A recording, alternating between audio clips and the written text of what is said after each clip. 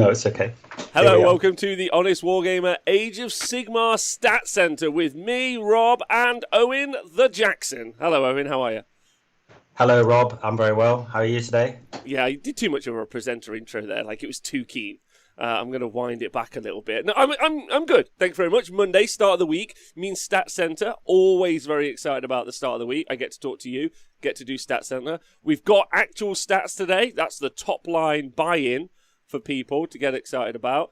And yeah, loads of upcoming events, loads of events to talk about, talking about stats and stuff and how it's all going to go. Very excited generally. So good. Yeah, what about you? How are you? You keeping well? Yeah, you have your, what are they called, like COVID wobbles. Every now and again we're up and down, aren't we? But yeah, on the whole, I think I'm pretty good. I've been messing around with a Phoenix and a Spell Singer for my Living City army. That's going to be fun. Yeah, they look brilliant together. This looks like the spirit animal of her, so there's going to be something going on with that. Rising out. Yeah, basically. She's going to be an anointed and everyone's going to be fine with it. She's not going to have a halberd. She's going to attack with her talons or something. So, yeah. Anyway, a bit of hobby. I played 2 games, but I must admit, was it only last weekend? Last weekend, yeah. Yeah, that was proper draining. So, I've been having a little bit of time off from Warhammer. I think wall-to-wall Warhammer can be a little bit dangerous. But yeah, ready to have a chat. How are you? You good? You been doing much hobby bits and bobs or anything, or just? So no hobby. Obviously, 2 battle tome drops was the weekend. So like reading them, condensing them, getting in my brain. Really enjoyed the past two shows. If anyone has tuned in, I thought it was a really good way. I mean, we could talk about it forever. The disparity between the 2 books is night and day, chalk and cheese. It's wild, especially when you're reading through it. I read through the Slanesh one first, and it was a slog. I won't lie to you. Command traits super weirdly worded, super long, and they did nothing when you got the end of it. Daughters of Cain one. Reroll a save. I'm like, sweet, okay, all right. Like, I'm vibing on this. This is what we need. So that was a lot to absorb. But I really enjoyed going through the War Scrolls in some detail. I felt like I got a better handle on the armies, and doing like a full review show where you just kind of like, yeah, I guess you could take that command trait. Not quite as good as reading through every War Scroll and saying good, and then asking if the army's fun, which is obviously a ridiculous take. But I enjoyed what I did. So yeah, I had a great time. Really fun time. Looking forward to it. And also, interested to see how they affect the meta. And I know you were tuning in yesterday when we were talking about Daughters of Cain. Interested to talk about some of those armies as they move into a meta, if that makes sense. So, what does the meta look like right now? And that's what this show is so good for, and what I love about it, because it really gives me that context, that grounding. So then when I do look at those books, I think, okay, into that meta. I mean, some of it's a little unfair. You can't just always say the word skinks or eels to every problem, because then it just becomes I do. If I don't rag on Croak at least once every, Warhammer conversation, then it's not a problem. No, I know what you mean. You kind of have to. Yeah, it's good to see the books in context, because I think it's a bit messed up as well with all the timings and stuff. Like, when should this have come out? Like, there was a conversation I heard about the Daughters book, with Heartrender, obviously the rend Heartrender. Is it Heartrender that's had the rend? It's Heartrending that it's had its rend reduced by 1. I swear they're just trolling us now. After fucking Archeon and the Slayer of Kings, changing the rend on Heartrender, that's like an Easter egg from the rules writers, isn't it? But no, my point was going to be, I believe that Broken Realms Marathi should have been after this book originally first came out. So what's right? And I don't know. Anyway, but no, you are correct in terms of 2 big releases. We'll see how they settle. I can't see them improving on Slanesh outside of those funky summony spawn spammy kind of lists. What do you think? Hot take, or now that everything's settled down? Slanesh. So Daughters of Cain had Data made a great point yesterday. Daughters of Cain released into the meta now are in a very different place to Daughters of Cain released into a meta when they were originally there. Obviously, they've had some curtailing of the Holy Withins, so within ranges and the Holy Withins, which is a positive change. But the points have gone back to what they were at release, where they were originally a horde army and a scary one at that. And I still think that that is something that you're going to see in effect. So I think very strong, very strong. However, into the shooting meta, like you know, some of their key pieces like may fall down a little bit, and I think that that's useful for them as well. But they've always done well, and Marathi's a stronger piece than she's ever been. Some people don't think that's the case, but I think the fact that there's no play around, and she definitely will survive until a certain turn, is brilliant. And I think that's super useful. That commandability is obviously brilliant as well. So I would see, and it's just a very cheap book. So I think it's very good. Like top A, like it can play around with all of the big bully DPS armies. So it's got that DPS check that we sometimes talk about as well. When we see like a Blight King list, like how are you going to beat through that? When you see like Ishling Guard even, or like, you know, rerollable saves on Varangard, like how are you going to beat through that? And I think they've got that DPS check. Like Rend in the right places is quite nice. So hot take, I think great, not obviously Seraphon or Deepkin. So, you know, I mean, it would be hard to beat that, right?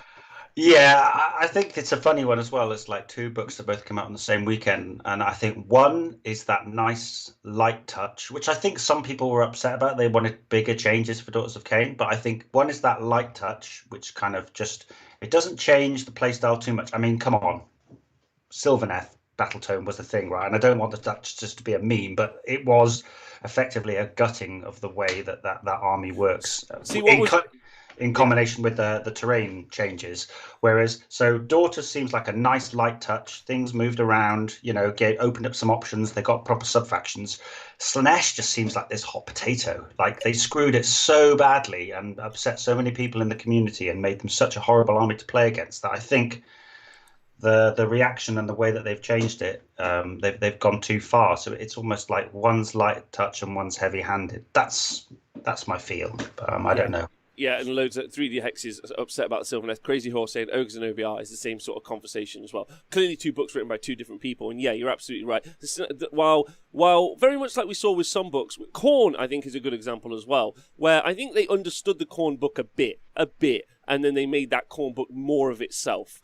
Maybe that there's still some things that they could approach with that, but I think that was generally like a positive new iteration of a book. And we haven't actually seen many new iterations of books. Khorne's forever. Stormcast is always like a new release, so really it's not like a new iteration. And so Daughters of Cain and the Heed Knights are a kind of an interesting take, because we've had their battle tomes and now we're seeing them evolved on. And with Daughters of Cain, they clearly understood what they wanted to do. And I think I said this yesterday, I think the important point is it started out as a Horde army, and they've clearly gone back to wanting it to be a Horde army. The fact that they have a 5-up rerollable, 4-up armor, say 5-up rerollable DPR is a sub-faction thing. It's not like their scroll. It's not what they're like designed for. The Hedonites, though, it felt like they designed them a certain way a couple of years ago, and then there was obviously that big pushback, and now they have no idea what to do with the faction. Like, they've got no clue. And it was obviously written by someone else. So Hedonites is a pretty terrible book, like, all around. It doesn't, like, it's got units, it's got battalions that are poor, that don't integrate well with the units. It doesn't understand itself. Which is never mind. That's an amazing joke. I'll tell you. That's an amazing joke. I'll tell you after the show. Right, but so TLDR very quickly. Daughters of Cain, great.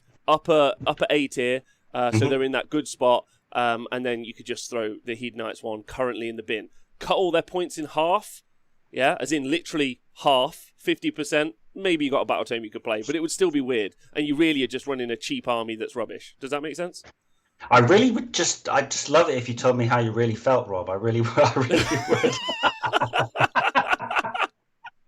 I think it's a funny one. I'm not the kind of player that jumps on the book. Like, over the weekend, there's players, and that's how they're built, and they will jump on the book and take it apart, and they'll be able to visualize and write something that they feel maximizes the potential of the book straight away. I don't jump on the new books very quickly, and I like to play games against it and then let things sort of percolate and see over time where they set. So I do think that a lot of it seems quite expensive, though, in the Slaanesh book, I would say. But, you know, I'm sure that there will be players that get the maximum out of a mid-tier book. And, you know, some of the information that we're going to look at later sort of backs that up, doesn't it? Yeah, it's true. You know. Yeah, like, I mean, thanks to LLV and obviously you and everyone else, like, watching all of this develop over the years, there are some trends, and and when you do feel something come out. You always, as we're doing today, we're looking at the meta, and what we do when we look at these new books is we clearly put these books, or I put these books into the meta that exists, the lists that build, like the list archetypes. And when you talk about Thricefold or Blight King Nurgle, or you talk about Plague Touch Slave to Darkness or Fangs of Sotek, or not even Fangs of Sotek, you're talking about Thunder Lizard, like them demon characters. How do you feel they're going to do against Bastiladons? Because I'll tell you how. Bad, yeah. Like, they nerf skinks. Those Bastiladons are going to be wiping demons out like they're going out of fashion. And your Blissbarb Archer is going to do nothing to a Bastiladon, I'll tell you that all day. So you've got some very interesting... Tibbles, thanks for raiding. Big love. And welcome to everyone. So yeah, in moving into the meta, I think that's interesting. We've got event coverage, though, to talk about today, which is cool. And we've got data, which is cool. I think... we got to lead with the data, because those people are going to be excited about this, Owen, right? Yeah, man. It's I told you this morning before we started the show, I was like, you're driving the bus today. So where would you like to get? What would you like the first stop to be? Okay, well, I'm gonna quickly let everyone know. So this is data taken only from the TTS tournaments that we've ran so far, and not any real world stuff. And a couple of points, and I want to shout out Marcus and Francesco. Francesco's over in Italy. Marcus, who's over in France. Anyone from anywhere, we now have, thanks to Ziggy, we now have a sheet. So if you're running an event anywhere in the world, and there are some upcoming events at different places around the world, whether that be a TTS event, whether that be a real person event, and of course, like what we're going to want. If it's a singles event, we don't have the infrastructure yet for teams events. We'll send you a sheet. If you fill that sheet in, yeah, then we are going to be able to turn that into data. Super simple. So if the community wants the data, then just message us. We'll send you the sheet. You get the sheet filled in, send it back, and then we're going to bang out the data. Thanks to Bradley for subscribing. Big love to you. So yeah, like that's a cool new thing that we've got. And then the visuals for that. So we've got some stop holder visuals today. Visuals for that we're going to move into, and it's going to look super sweet. So hopefully, when we get round to actual tournament gaming again, when we get these in every week, you know, you got a TO's like, I'm running an event. Like, cool, here's your sheet. Fill your sheet in, send it us back. What we'll end up with is all the data on the Monday, and it's all good. And as a community, we're all the wiser. And then from that information, you can all take all the crap hot takes you want, just like I'm about to do. So that's fun. But this data that we've got right now, Owen, this is from all the TTS events that you've run so far. Is that right?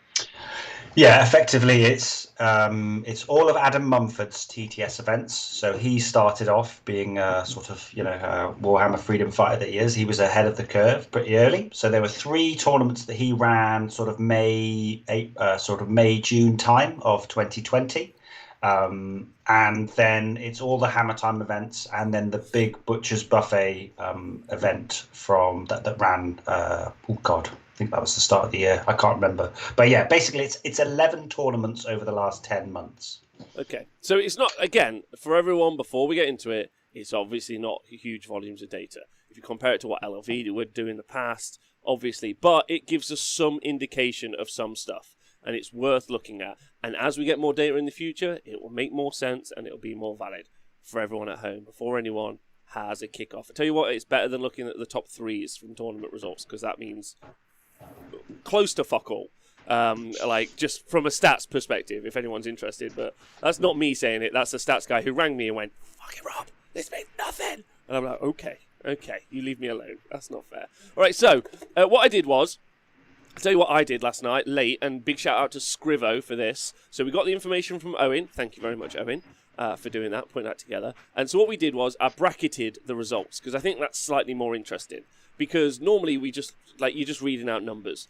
So I've always said, and we talked about the fat middle, we talked about this for a while, that really what we really want is something to exist between the 40 to 50%, 40 to 60% bracket. That gives people 50% win rate being our middle, obviously. That gives us 10% either side, which is being quite generous to Games Workshop. If you look at professional sports, actually they prefer between 45-55. I'm talking esports and other stuff. So that's a tighter, tauter, better game, arguably. But we haven't. So I bracketed from D is 40 to 45%, and then C is 45 to 50%, and then so on. And then there is an S, which is the super duper tier, which is just 60% plus, which is something that's broken stuff. And there is a below 40%, yeah, so S is to the moon, and then there is below 40%, which is obviously in the bin. And there's quite a lot in the bin. I'm not going to lie to you. There's quite a lot in the bin at the moment. But that probably is because there just isn't as many armies to represent. So we'll start with the D tier. We'll build up. So this is the armies that have a 40 to 45% win rate. You guys will be able to see them on the screen now, which is cool. Owen, do you want to take us through what's in that category so far? Yes. So effectively what we have in this tier are we have the Caradron Overlords. Actually, let's start at the bottom. So we've got Slaves to Darkness with a 42% win rate. We have the Caradron Overlords with 44. We also have Big Waaagh with 44 and the Hedonites of Slaanesh with 42% win rate. Mm-hmm. Yeah, it's I think there's lots to unpack there, but there's a whole bunch of stuff. Should we do some quick honourable mentions to everything that's in the bin? Man, there's a lot in the bin. Yeah, but a lot, and there is a conversation obviously around representation as well, isn't there, Rob? I always remember, was it Phoenix Temple? We're just like crushing it for a while because there was one player doing really well with Phoenix Temple. So there are. There are things to do with representation, etc. So there are armies in the bin where like one person brought them to one event and they lost all their games, for example. Mm-hmm. But there are also some armies that are quite well represented that do fall into the bottom bracket. So I mean, shall I just read those out, Rob? Yeah, please. Who didn't make the cut? So with the from lowest to just missing out, the ones that didn't make the cut to get into that 40% bracket are the Legion of Blood, Mixed Death, Gloomspike Gitz, Sylvaneth, Flesh Eater Courts, Bone Splitters, Skaven. I mean, can we stop there for a moment? Because Flesh Eater Courts, like, not super well represented, but a 30% win rate. It's rough. It's rough. Sorry, please continue. I mean, Skaven are actually really well represented, right? I mean, for this small data set, ultimately. But they were still well represented and were sat there on, what, a 30% win rate? 32% win rate. But they also did win a tournament. So they won a tournament. They had 3 top 10s. But they have effectively only got a 32% win rate. But, they were running like 69 games. Appreciate that stat greatly. So yeah, they were running 69 games. It's a pretty decent sort of sample size. But yeah, unfortunately, only a 32% win rate. I think there's a couple of players who bring Skaven every time and don't really care necessarily about winning all their games or anything, and they just love the faction. So I think that has to be factored into the equation as well. Of course. And then we've got a few more left. We have Mixed Order, Night Haunt, the Legion of Night, Lethisian Defenders. Which made John Scrivens, when doing the artwork last night, go, "What the fuck is that?" And I was like, "It's a long story, but don't worry." And yeah, just missing out on my beloved Blades of Khorne. I mean, 37% is still rough. There was 13 people with them, and so yeah. But I mean, big takeaways, obviously. Sylvaneth, Flesh Eater Courts, Bone Splitters, Skaven, all very low. And again, representation. Again, if you guys are holding events anywhere in the world, or even if you held some in the past 6 months and you have the data available to you, we'll send you a sheet, you fill it in. That will make this data more complete as time goes on. Yeah, so we'll be able to have a better kind of conversation about the data. And it will get more numbers in here. So that's the kind of goal. And hopefully LLV, when he's back, won't have to have a stroke like when he's filling all the data in like he used to do, because he's a monster. So that'll be super fun. So yeah, that's stuff that's done very badly. And interestingly, some of it is the Flesh Eater Courts, as much as Smashbat was a fun little adventure, weak to shooting. Yeah, weak to shooting, pretty weak to mortals. There's nothing on Met better than a 4-up save there, and it's hellish fast. And obviously you've got people like Chris Welfare doing really well in real life tournaments, perhaps it would be interesting to see if we can get some blended data just to see. But I know for a fact that like some of the Flesh Eater Courts players, they're not just people pick, because there also is a conversation around TTS as to there's no buy-in here. You just pick the models you want, and then you have to spend a bit of time doing some practicing. But you don't have the amount of you're not getting players that play the armies week in, week out and hone lists necessarily. There is a lot of that, but there's a lot of players just picking up armies and dropping them on the table and playing. So I would like to see. I'd like to see more data, but it doesn't feel like Flesh Eater Courts or Sylvaneth or Gits can really, and Khorne can really survive in this ecosystem of gaming that we've got. Meta. Yeah, I think some of the reasons we're seeing them low is because of the meta that it's being dropped into, is in the amount of different armies that are out there, and some of it is because they just suck. Thank you to Obi Watts in the chat. Huge love for donating 5 gift subscriptions. Good start to the week. Welcome to the gang. Also to, you guys, that's brilliant. Thank you so much. Some of the armies are in there just because they suck. Now, I'm going to fight him later, so don't worry. I'll say it. The Gits are super fun. #narrative, but like their performance is really weak. Like, and you could argue it's because of the single existence of a single war scroll being the Mortek Crawler, and it's a shame because obviously the Arachnarok with Flinger firing back, they could have a really fun kind of siege war. Only the Mortek's cheaper, and so I mean that's one of the reasons you would expect them to be there. They also really haven't had any really significant points reductions that they need. Their book doesn't really tie in with each other. It's keyword bingo. So that's in their Nighthaunt, super old book. Hasn't had the support it's needed for a long time. Stuff isn't cheaper. Doesn't get free sub-factions, which, like if you take the Daughters of Cain book, which is just released, for example, you got the Daughters of Cain book, and then it can be as defensible as it needs inside Hagnar, and then as offensive as it needs inside Drychi Gunneth, let's say. Right? So already those sub-factions changing up. You've got Seraphon, and then you've got Fangs of Sotek Seraphon, that free sub-faction which Nighthaunt are missing. And also to be fair to Skaven, and also to be fair to Flesh Eater Courts, to Gloomspite Gits, the same.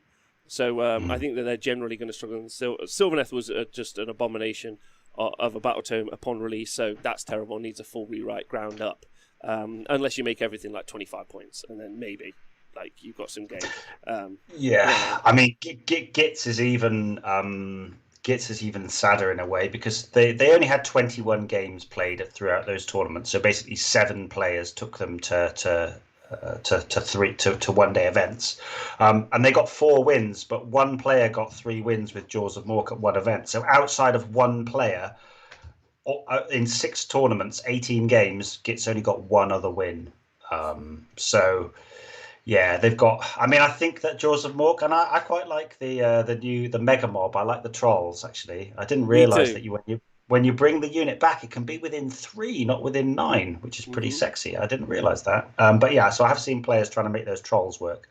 But my beloved Khorne 37. That is still from nearly 50 games they were taken. Play at the same sorts of players. So a more consistent result that we're seeing there. That's the important point. And again, they're going to play badly. I mean, I never rate the book upon release. I know you can play it well, and people do play it well, but the skill cap, talk about skill caps, people joke, they're like, that's a high skill cap, which obviously it isn't. Yeah, Khorne is actually a high skill cap. If you try super hard with Khorne, I think you can make plays, but you are still dragging the battle tome behind you ultimately in a competitive setting.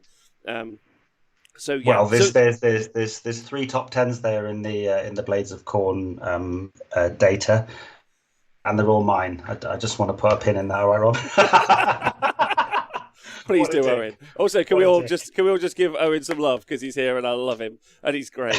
Also, old mate Cobb in the chat, big love, says I went 3-2 with Glog's Mega Mob last November in a tourney. See, this is so now we're collecting the data full time again. It's all going to go in. We'll all have better conversations. Old mate Cobb, appreciate you. That 3-2 is a great result, I think, with Glog's Mega Mob, and he should love it. All right, so let's actually talk about the tiers, right? So that's everything that's in the bin. D tier, though. So this is our 40 to 45% win rate. So these passes barely acceptable for the moment. So in this list, we've got Slaves to Darkness, Heat Knights to Slanesh, Caradron Overlords, Big Waaagh, and Sons of Behemoth. Now, Kharadron Overlord needs a little pin in it, I think, because we haven't seen loads of those play at tournaments. Is that right, Owen? Well, I did actually think that. I was like, oh yeah, people don't bring them, but some people did play them in the earlier tournaments. I think there was a reasonable representation at some of Adam's events. So they actually did have 45 games played with them to create that 44% win rate. So whilst I think it's not a huge data set, it's not like they had like 6 or 7 games and, unfortunately they got some rough matchups and end up with a low win percentage. There is enough, it's still a decent amount of games. So I do know, for example, in the last few tournaments, I don't think a KO player's ever done a 3-0. It's always 2 1s. So I'm not sure. I don't know what to glean from that, but they're not showing up as much as they seem to be in IRL. Like there's a lot of KO players seem to be in Australia and New Zealand and things. But 44 is surprisingly low for them, right? Seeing as they are. They can be a powerhouse army. See, what's really important about this is anything between 40 and 60% is fine. Like we're okay with that. They're just at a lower end. Like I could have just broke this into 120, like 40 to 60% brick.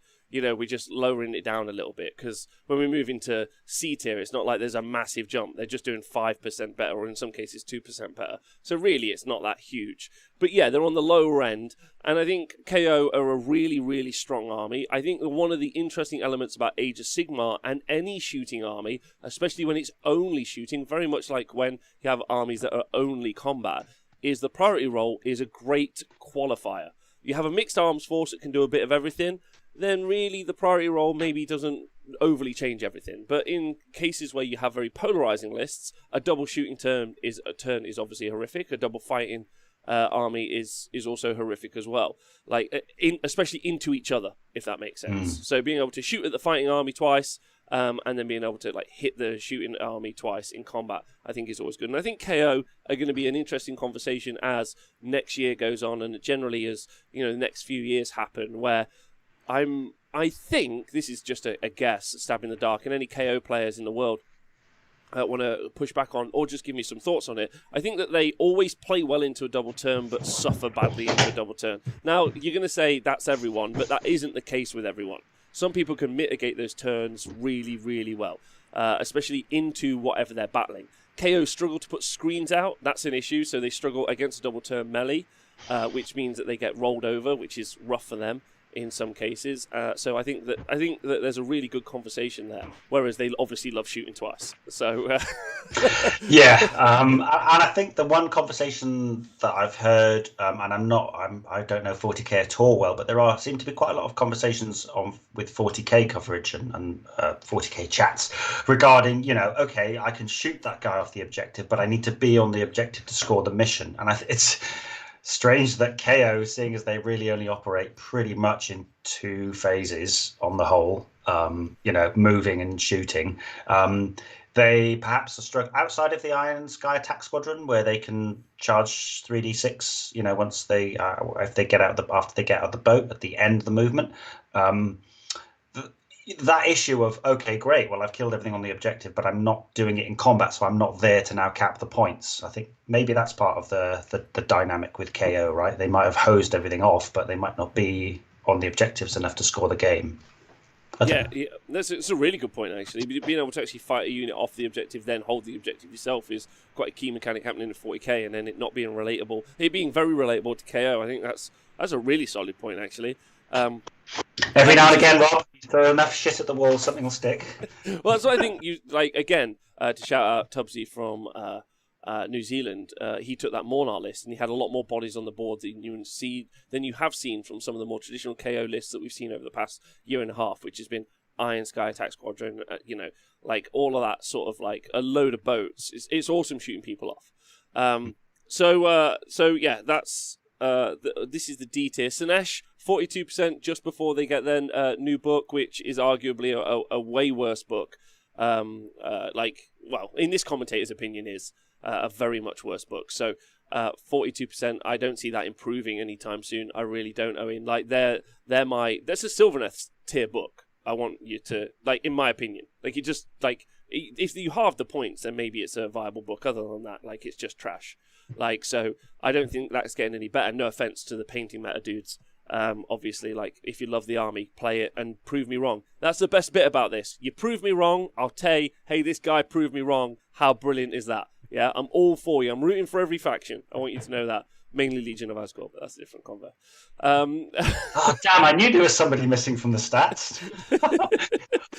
You leave us alone. We're not doing anything at all. Yeah, Slaves to Darkness also in that bottom tier. Now, they've been taking quite a bit, haven't they, Owen?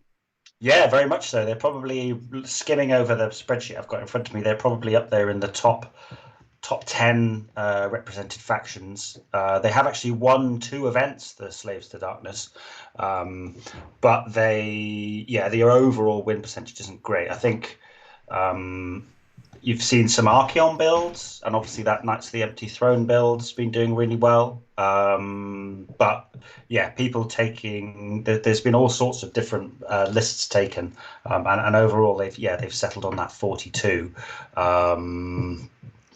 Yeah, I think it's a complicated book, and the fact that you can bring so much in, I would be really interested. There's lots of other data points we can take out of this bit of information, just in terms of I'd like to see how well Slaves to Darkness units do in the other Chaos books, that kind of thing. Because I have a feeling that taking out those key pieces and putting them in other books, like Archeon being put in Tzeentch with a Sorcerer Lord and a War Shrine, is a top pick, isn't it? But yeah, sticking Slaves to Darkness, sort of vanilla. That feels about right, to be honest with you.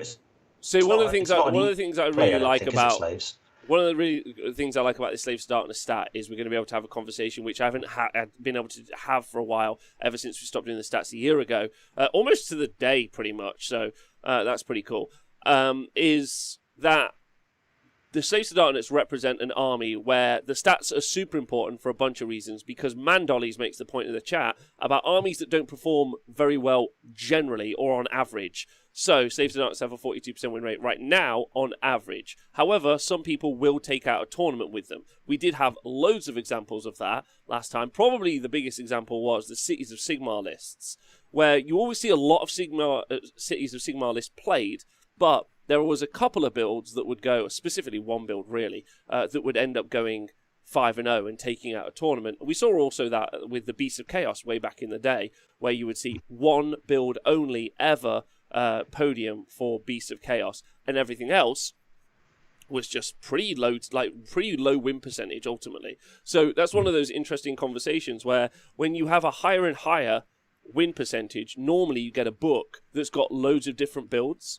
Yeah, and like a pretty rabid fan base as well. Whereas when you have like a mid-tier kind of win percentage, but a couple of podiums, sometimes it's players who have perfected that army and have done better and better, like you might be able to do with Hedonites Snash, or just some bunny runs, or some flukes, or whatever the situation might be. Yeah, or there's like one build in there that's good. So Slaves to Darkness is a good conversation here, because they did take out 2 tournaments, right? Or they came they came first in 2 tournaments. Yeah.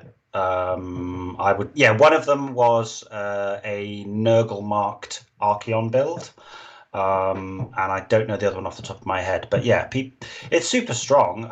And also, again, we need to take this with a pinch of salt that a lot of these are 1-dayers, not 2-day events. People can get a little a run together on a 1-day event quite easily and dodge some of the hard counters, but that can happen on a 2-day event as well, I suppose. But yeah, I think the Slaves book has a lot to it. But it's definitely not just something where you put them down and the War Scrolls do the work. There's a lot of synergies and stuff, and it's also a higher skill cap on that book as well.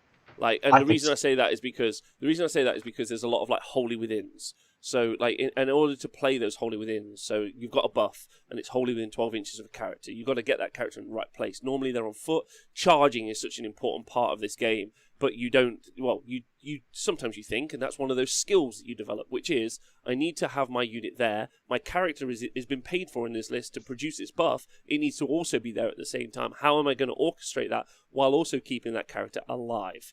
Those are some really interesting kind of like key things, which I think I'm rubbish at, if I'm honest with you. I'm like, charge! And I'm like, why is my guy there? Oh, for God's sakes. So one of those things you have to think about ahead of time. So a higher skill cap there. Right, so when Slaanesh did come out, you are correct, Scott B. Slaanesh had a 70 to 80% win rate for several months. They were crazy good. Thanks to Boiling Hades for resubscribing. Big love. Thank you. Appreciate you. Right, so moving into the C tier. Oh, baby. It's a pretty full tier as we get into the chunky middle. Yeah, may I pause you there, Rob? Please do. I'm sure the Destruction Bros would be happy that we didn't just touch on Big Waaagh there. Go on. Yeah, sorry. A Big Waaagh was also in D tier, right? Yeah, please continue. Again, I think it's one of the more viable destruction builds. I think reasonable representation. They were played in about 40 games. Never podiumed, never got near. I think I watched Big Waaagh play against Coalesced Seraphon at the weekend, and the moment when he charged the screen and then the opponent went, yes, sorry mate, your War Chanter buff doesn't work because -1 damage, that felt pretty bad. And I think the lack of access to decent rend outside of the Maw Crushers does hurt them. But pigs kill the world, and you can have a lot of fun within that Big Waaagh. I mean, obviously we've got Orkman this weekend with that MSU style list with all the different types of orcs in. Doing the mortal wounds. Yeah. And there is lots of tech in there. The way that you can bring in the scrap scuttle, arachna cauldron, and things like that. There are ways to have fun with it, and there were conversations being had at the weekend about how it's an excellent Iron Jaws, Big Waaagh, really excellent teams for teams. They're great because if you put that into the right matchup, it's so fast. They can smash an army that's not prepared for them. With your Iron Fist move and going in hard. You've had fun with Big Waaagh and Iron Jaws and stuff, haven't you, Rob? I think it's a really good aggressive damage army. Like, it's got a good threat potential, and it really does put pay to some of the kind of Iron Jaws. Big Waaagh and Iron Jaws really exist so that you remember to bring some 10-man screens. That's really what they're there for. They're there to be like, don't forget, someone will just throw hatred at you turn one. And they will laugh while they're doing it, and you're like, oh, okay.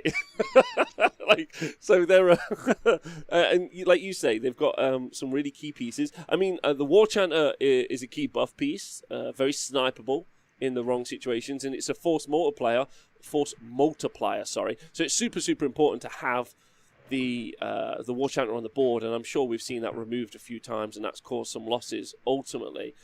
And then you're right, they have a lot of damage. Their movement is fine. They can't bring all of the army to bear at once, and I think that's one of those kind of key pieces as well. One of the reasons we saw Orkman do well was he saw him teleporting around his War Chanter to kind of maintain that buff, because your army is only terrifying for as many War Chanter buffed units, and then everything beyond that is okay. Obviously, Maw Crusher, brilliant. Yeah, but then you basically double the effectiveness of the army with that War Chanter buff. So yeah, the Big Waaagh still got some play, I really do think, and I think it's such a good team army as well. I think it's mega aggro. You get someone who's got a really fragile front line, someone who really can't take that punch and wants to play a little bit more maneuverable, and I think you could just hammer them in, which I think is really useful in a team format.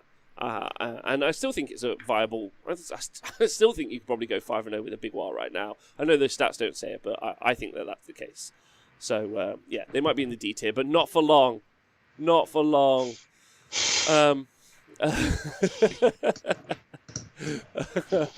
Right. Okay. So into the C tier. We've got a whole bunch of armies in the C tier. Owen, do you want to bang through them? So this is 45 to 50% win rate. Yes. I'll just wait for you to get the graphic up on the screen. Sorry, done. It's on. It's up. Oh, wow. Okay. I just wait for my stream to catch up. Yes, what we have in this tier are, so this is 45 to 50. So we have the Sons of Behemat. Ready with that slice of humble pie, Rob, or you're not reading the stats that way? What? Yeah, sure. Yeah. They're way better than I thought. I thought that they were 10% win rate, and it turns out they're lower mid-tier. Sorry, damn dude. me. Yeah. So we've got the Sons of Behemat, the Cities of Sigmar, Soulblight, the Iron Jaws, and then we also have Stormcast Eternals, the Osiarch Bone Reapers, and the Lumineth Realm Lords. Yeah. So Lumineth being low, I think, is probably the most interesting thing that jumps out to me. Things to mention and talk about, obviously, Stormcast Eternals lists varied, but mainly shootcast lists. And those shootcast lists have done well in real-life tournaments, even winning events. Mm-hmm. And they podium quite well. They are, arguably, like a very good functional army, that shootcast list. So, great army. Like, I think it maybe fails the DPS check into Seraphon. I think maybe that's an issue. But, you know, time will tell when we see more of that data in the future. So I can see why it's a little bit lower down. The Lumineth jumping out to me, you and me have talked about this a little bit off air, Owen. We think it's a very viable 5-0 army, an army that can win tournaments, take out tournaments quite regularly, but is an army that's going to require a load of play. Yeah, I mean, the Lumineth are the second highest representation in terms of the amount of players that took them to tournaments, even though the data covers all the way back to February, and they didn't come out till, I want to say, at least sometime in mid to late summer, I'm thinking. They started cropping up in some of the mid Hammer Time tournaments, and they've had, even though they're in this 48% bracket, they have won a tournament. They've come second twice, they've come third once, and they've had 14 top 10s. They're effectively the second highest ranked army if it was just done based off the top 10s. So I think that there's, as you say, the skill cap needs to come into the conversation, because some players are taking them to 3-0 and other players are taking them to 0-3, just because some people like to play Ymetrica. No, not just that. But it's. Wait, are you telling me Sire is the good one? How could we have ever known? Sire's the good one, but also I've faced off against some pretty spicy Zytrek lists. But yeah, definitely Sire and Zytrek. I think we've had one Ilithia list, if that's how you pronounce it, and it was like 50 Dawn Riders. Do you remember that list? It was like 50 Dawn Riders. But yeah, there is definitely a conversation around that this is an army that really has to be played. So I think it's another one of those. And that's not just me and Owen trying to be wanky and sniff our own farts. Like, ultimately, both me and Owen are people who play this game as well, and we love playing this game. Like, one of the interesting things about Lumineth is actually it rewards you more and more. One of the reasons Owen likes playing Khorne so much, if I can just talk for you, Owen, for a moment, is obviously one of the things he really enjoys is the Holy Withins, the Blood Tithe, and that he's trying to make stuff die, so he's got access to more movement to do some stuff. There's a lot playing around there, which is genuinely a very interesting. It's why Orkman, who's going to be in the event on Saturday that we're doing live coverage of, is built a really interesting MSU list, like destruction list, which is super, super cool. And again, it requires him to do a lot of things, and some of those things aren't going to work out because they're based on spells.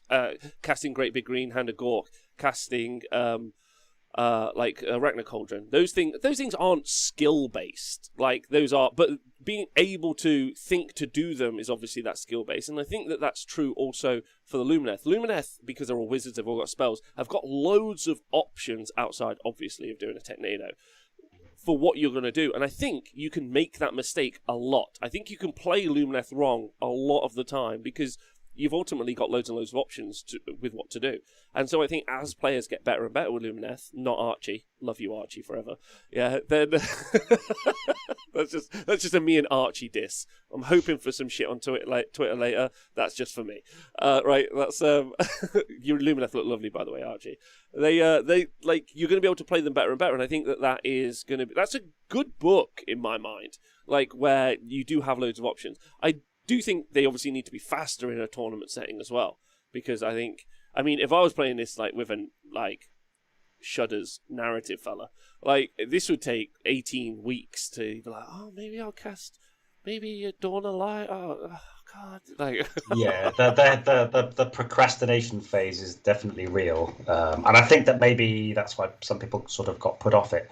I think they're not turning up as much as they used to, but they are getting better results, like lots of 2-1s now. I think that yeah, it's a super complicated book, and I think Malky makes a good point in the chat. He says Lumineth is high skill cap. They are awful to play against. Well, can be awful if you haven't got the tools, but they don't play the board that well, and that's very true. I watched a butcher's tournament game yesterday, which was ogres, so it's like multiple stone horns, and they love that Teclian castle, don't they? They love all being in They that. do.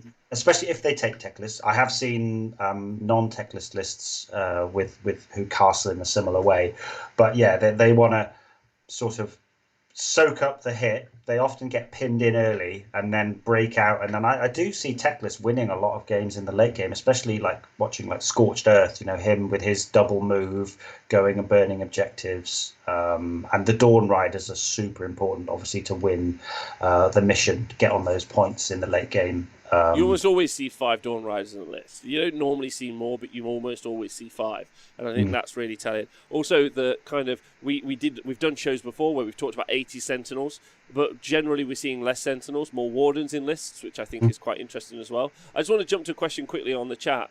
Matt Cave over on Facebook has asked, because you just brought up Stonehorns, whether or not Beastcore Raiders, based primarily around the start collecting army, is a viable, fun, semi-competitive play army. It's probably one of the best viable, fun, semi-competitive armies that you can buy, cheap, super fun to do. You're gonna have a great laugh. It's a great start to an army.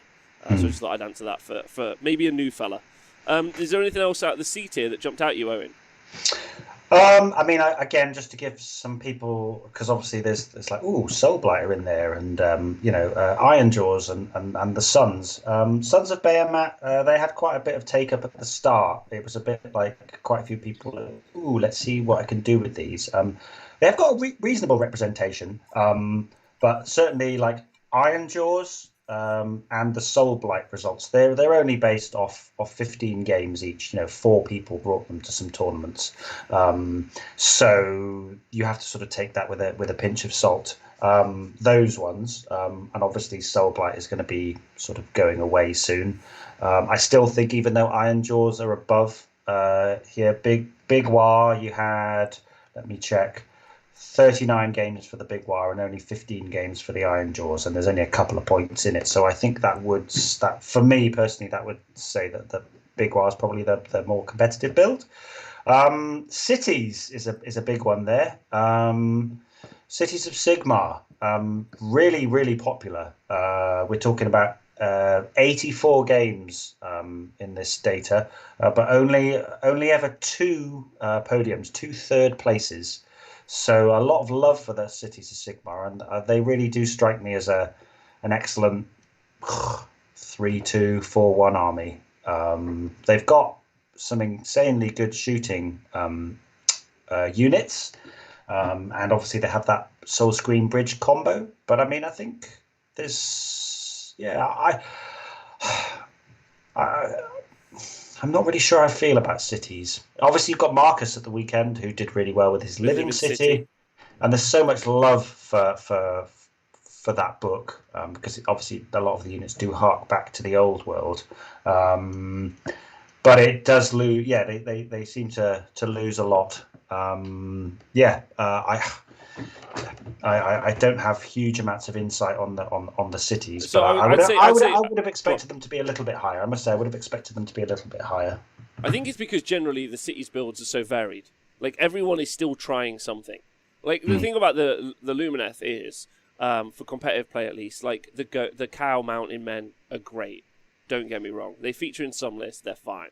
But strengths of that army, Sire Subfaction, the spells, the Wardens, the Dawn Riders, Techless, these are all really like efficient choices in the army, and they all synergize with the army really well.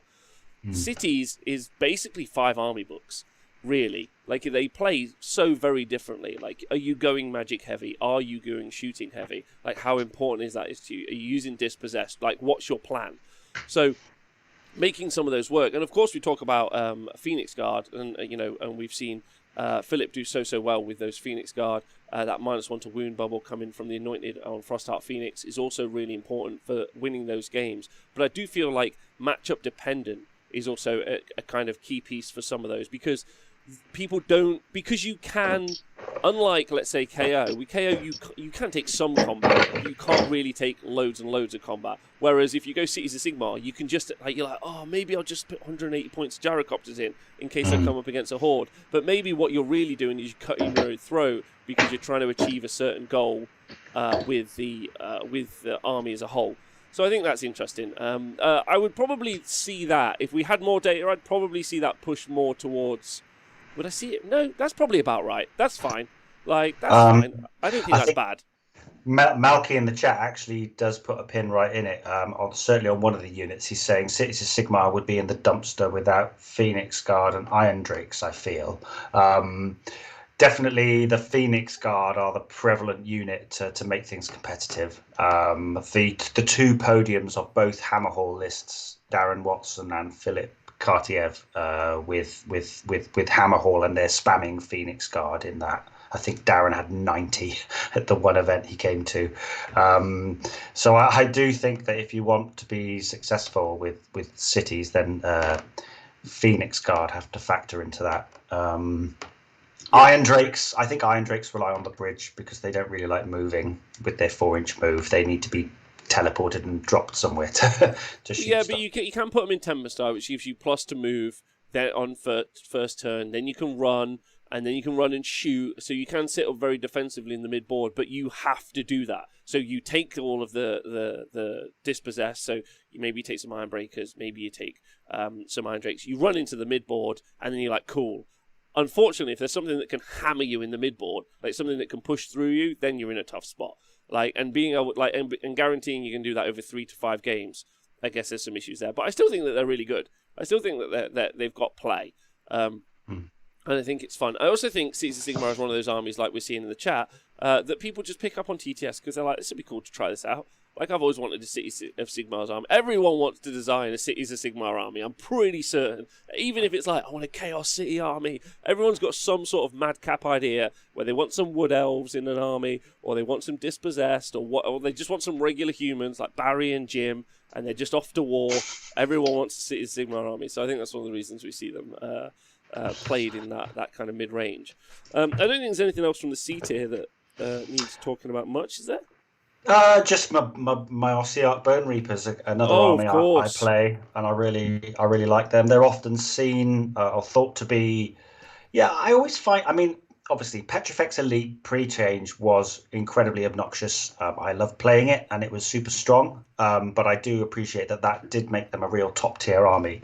Now, Bone Reapers are by far the most heavily represented death army, and sitting in that, I think they settled on 48%. 75 games. They've never got a podium, and they've only featured in the top 10 4 times. I think they're really struggling in the shooting meta. Obviously, they're turning up in teams tournaments quite a bit, and I intend to play them actually at singles because I do think they've still got game, but. Much like in real life, the sorts of lists that turn up often, they're not that skewed. I think writing lists for OBR can be a bit problematic sometimes. You can't ever really get everything you want in. But I do think that Mortek Guard are still really, really, really good. So like 40 Mortek Guard with a Harvester in Mortis Praetorians with Catacross at +1 to save is not many things will kill that, even Flamers and all the insane shooting. I was kind of surprised. I thought they might have just nipped up into the 50% bracket, but still much love for the Bone Reapers, and I do still think they're a very viable army. Yeah, agreed. And I mean, excited about that OBR second wave eventually. That's what I just said. Yeah, I would agree. They've got some great answers. They're also a problem. They're a problem army as well. Can you solve the crawler problem? Like, are you that? We also have seen a variety of OBR lists experimented with, which I think is super fun. 12 Immortus Guard, 9 Immortus Guard, or whatever it would be. So we've seen Stalkers. We've seen people taking we're taking Staliart Lords with Xantos and Nagash and a whole bunch of things. So we've seen a bunch of different armies experimented with OCRs, which is really fun to see people exploring that army, I think. I think TTS can sometimes be a tool for, like, developing these skills with a certain army or playstyle, but also it can just be fun to experiment with something you would maybe take or sometimes wouldn't ever take. You know, you're like, before I pull the trigger on these 9 Immortis Guard, am I going to be buying those? Like, how do they play? So yeah, I think that's interesting. Having played the battalion with the Stalkers and the Morghast now, Owen, definitely not picking them up. Yeah, there's a reason. There's a reason they were in the box. What's it called? Feast of Bones. Yeah. That's not a pro move. So that's C. So that's 45 to 50%. So now we start getting into. Let me just get the image up. So we're going to start getting into some of the bigger boys doing better as well. So 1 second, Owen. I don't know how. I'm just going to change the overlay. 1 second. No, you're okay. This whole show, I'm basically is building up to a moment where Colonel Cabbage is just going to be so happy. This whole show is just building up to that moment, isn't it, Rob? You know.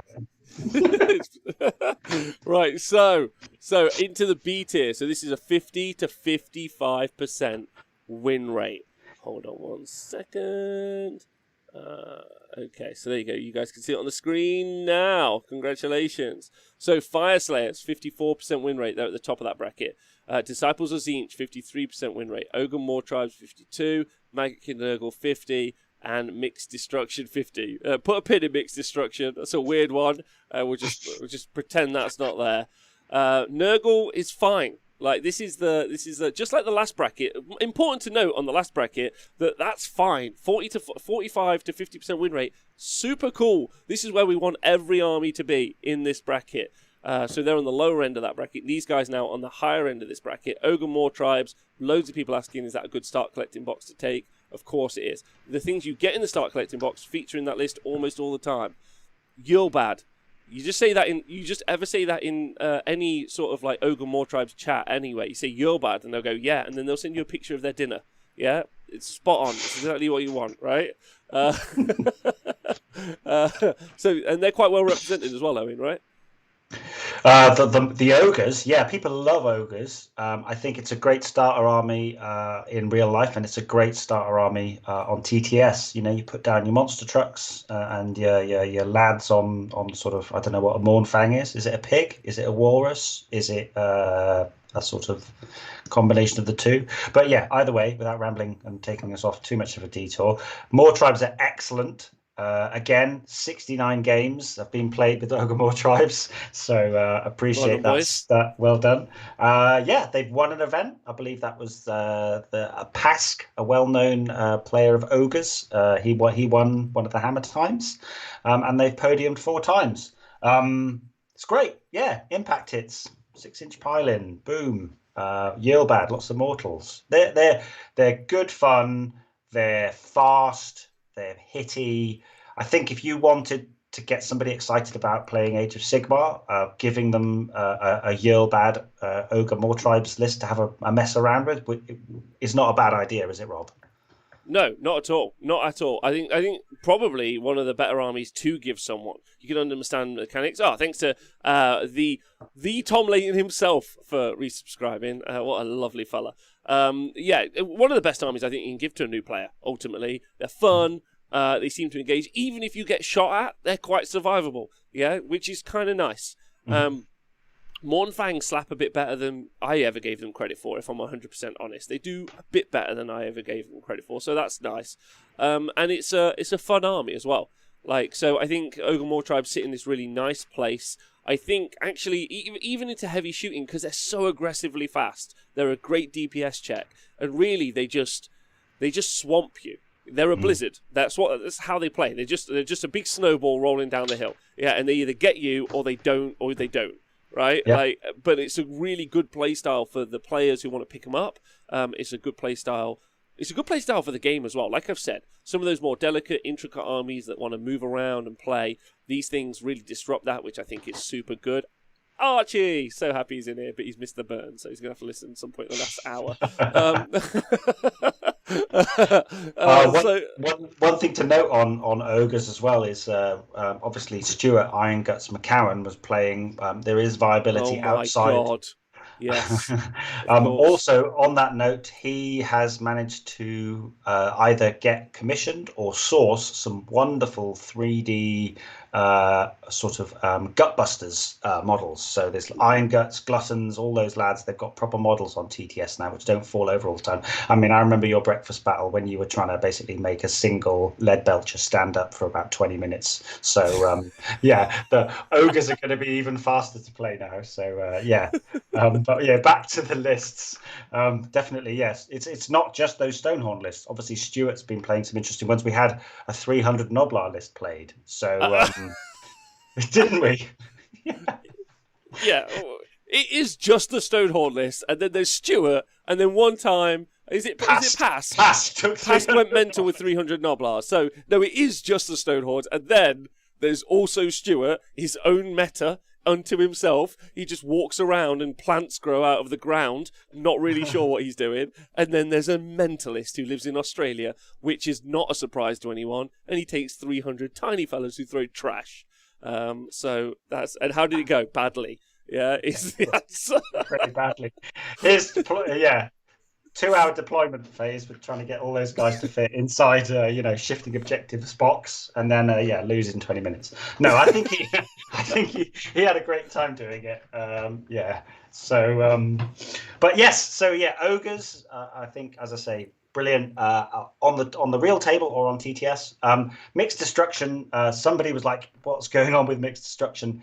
We can blame. He gets a shout out every single one of these shows now. But yeah, Orkman is the guy who is himself and a chap called Jay took mixed destruction to 2 events, and they won 50% of their games between them. One went 2-1 and one went 1-2. So I think we have to take mixed destruction with a pinch of salt. But those 2 chaos factions, Rob, Nurgle and Tzeentch, in a good spot. High representation.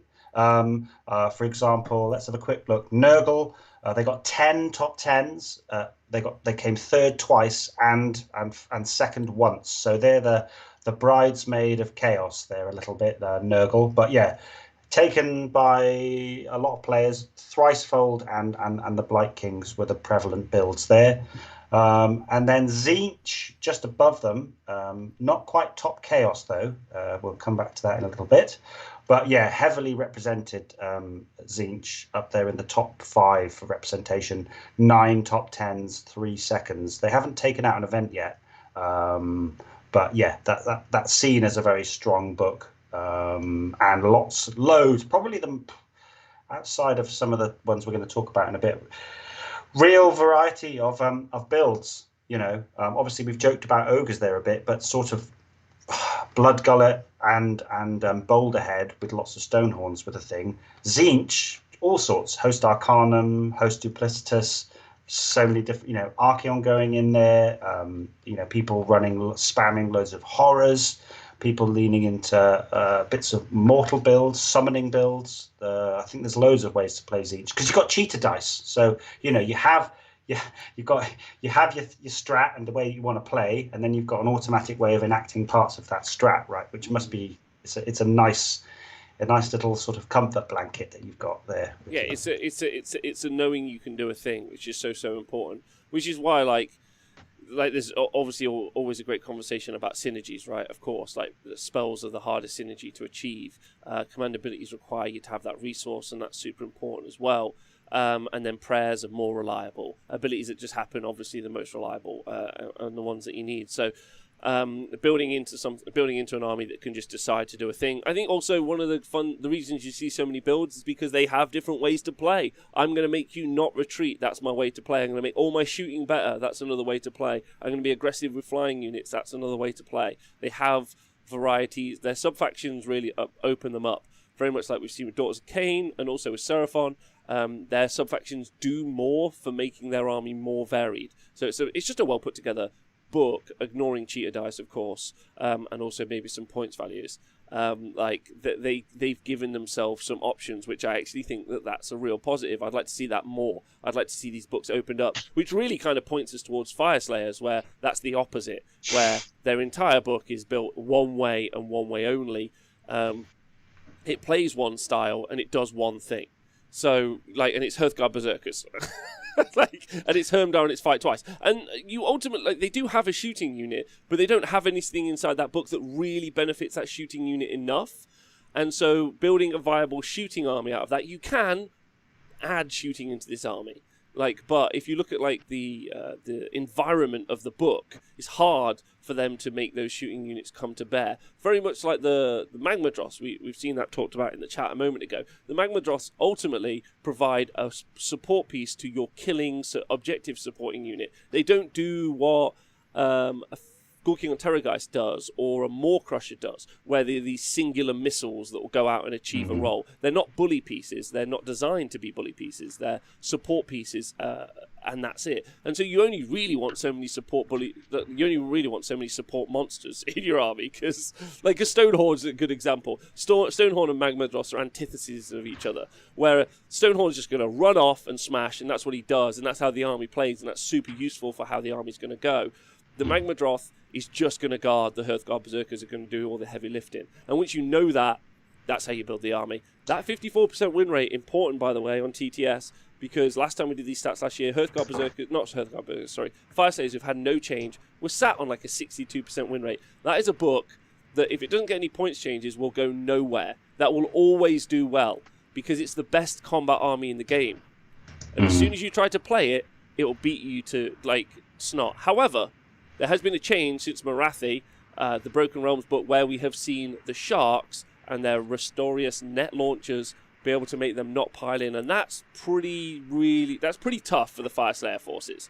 That's a good counter Fire Slayers. So whether or not we'll see in real life tournaments or in TTS people not take Fire Slayers because they don't want to be net launched, who knows? But that's a good counter, right? Yeah, and I mean, I think there isn't anything really. They've been weaning the activation wars out. Obviously, you can see that now with the new Slanesh release. They've been taking that mechanic out of the game. But, you know, Hermdar, Lords of the Lodge, go first, go twice. You know, unless you fight at the start of the combat phase with your sort of abilities, there's nothing that hits harder than that with the 2-inch range.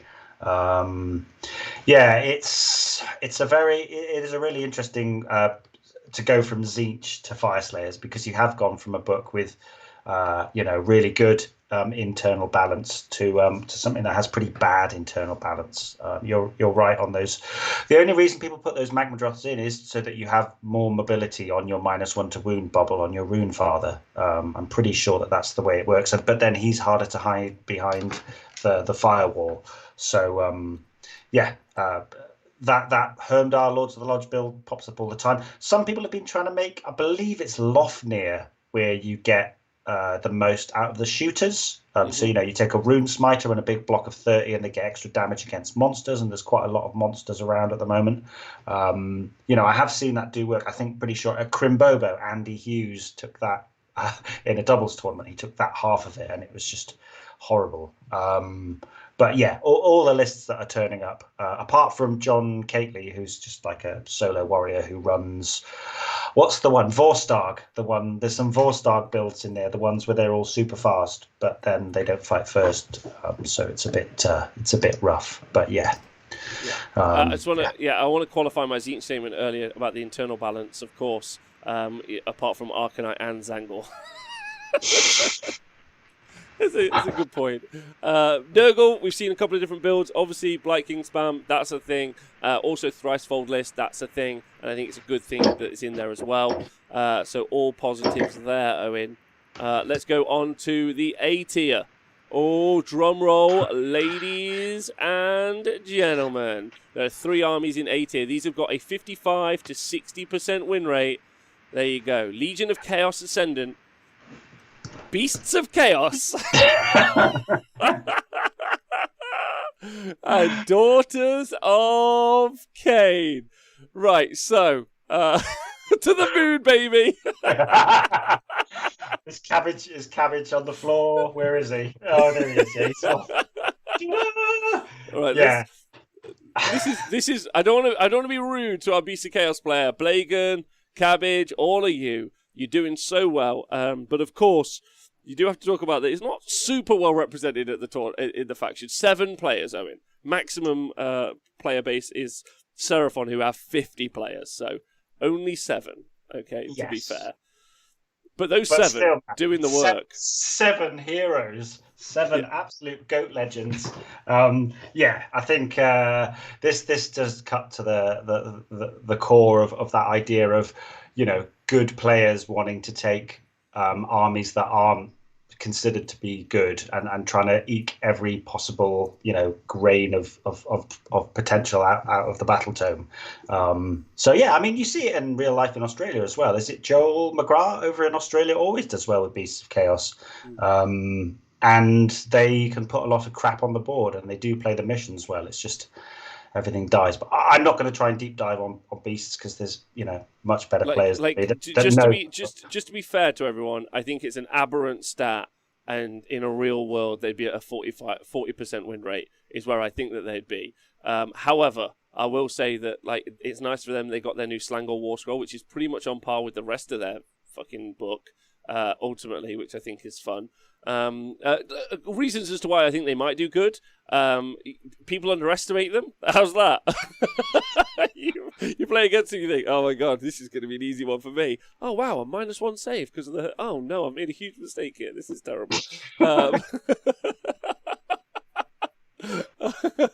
But yeah, maybe the players matter the most. Maybe that's an important part for Beast of Chaos as well. They do have some great War Scrolls, pre-game move unit inside their army instead of something you have to ally in. That's pretty cool with some minimal shooting, which is fun. They've got some okay summoning as well, which is super fair.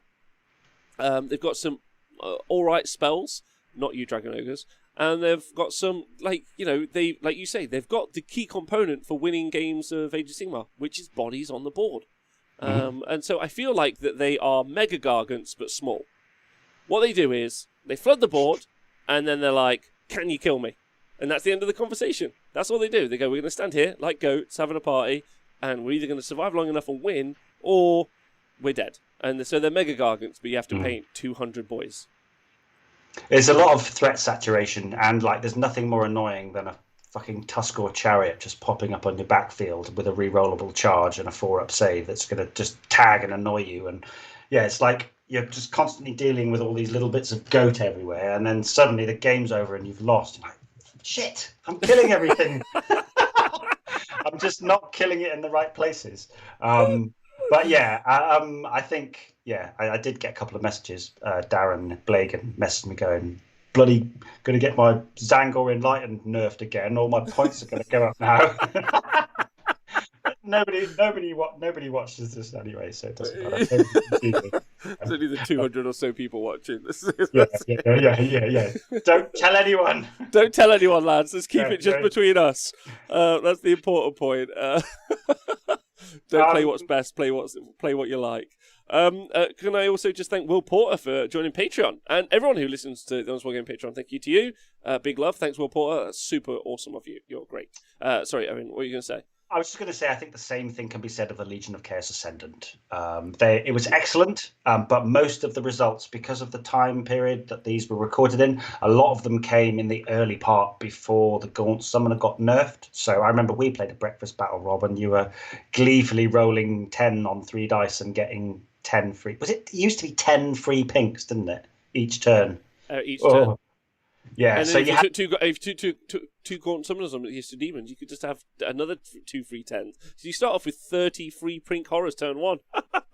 660 free. Yeah, so you had there are some players in Hammer Time 7. There was one player playing Legion of Chaos Ascendant, which was the 21 Kadai.